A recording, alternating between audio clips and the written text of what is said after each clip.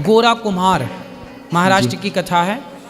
गोरा कुम्हार का छोटा सा बच्चा था, नाम था विट्ठल। माँ पानी भरने कुएं में चली गई छोड़ के। कुम्हार थे वो, माटी रौंद रहे थे। तो वो कीर्तन, वो बड़े भक्त थे, कीर्तन करते विट्ठल विट्ठल विट्ठल। वो माटी रौंदते हैं ना कुम्हार लोग घड़ा बनाने के पहले। तो उस माटी के भट्टे में उनका छोटा बच्चा जागा, तो अपने पिता के पास घुटनों के बल आया, रोया, पर वो ध्यान में थे तो सुने नहीं, पर वो बच्चा उस माटी में गिर गया। और दुर्भाग्य से वो माटी रौंदते रौंदते बच्चे के सिर पे पांव रख दिया, और बच्चा पूरा माटी के अंदर धंस गया, और उनके बच्चे की हो गई मृत्यु। जब उनकी पत्नी पानी भरकर कुआं से लौटी, बच्चे को ढूंढा, मिला नहीं, देखा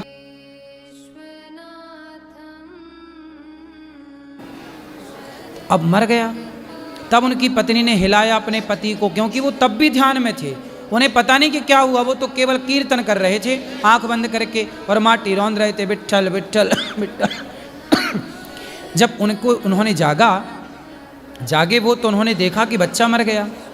तो भगवान से प्रार्थना करिए, बोले प्रभु यदि बच्चे की उम्र इतनी ही थी तो मुझे दिक्कत नहीं है, आपने बच्चे को आपने दिया था, आपने अपने पास बुला लिया, हमें कोई दिक्कत नहीं, परंतु प्रभु मैं जिम्मेदार बन गया, मैं कारण बन गया इसकी मृत्यु का, ये पाप मैं सह ना पाऊंगा, मेरे से एक बच्चे की हत्या हो गई जी।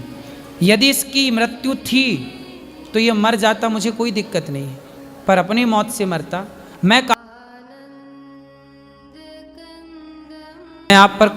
आपका दास हूँ। बहुत बड़े भक्त थे वो जी जी।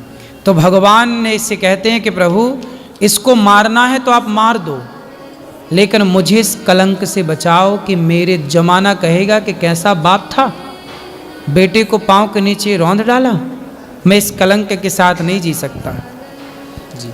तब भगवान प्रकट हो गए वहाँ, और भगवान ने कृपा करके उनके मरे हुए पुत्र विट्ठल को जीवित किया उनके भक्ति के बल पर।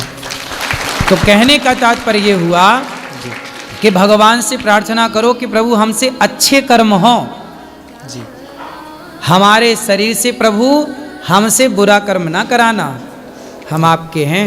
और याद रखिएगा जी, भगवान का जो भक्त होगा वो अच्छे कर्म ही करेगा, कभी उसका हाथ बुरे कर्म के लिए उठ ही नहीं सकता जी। भगवान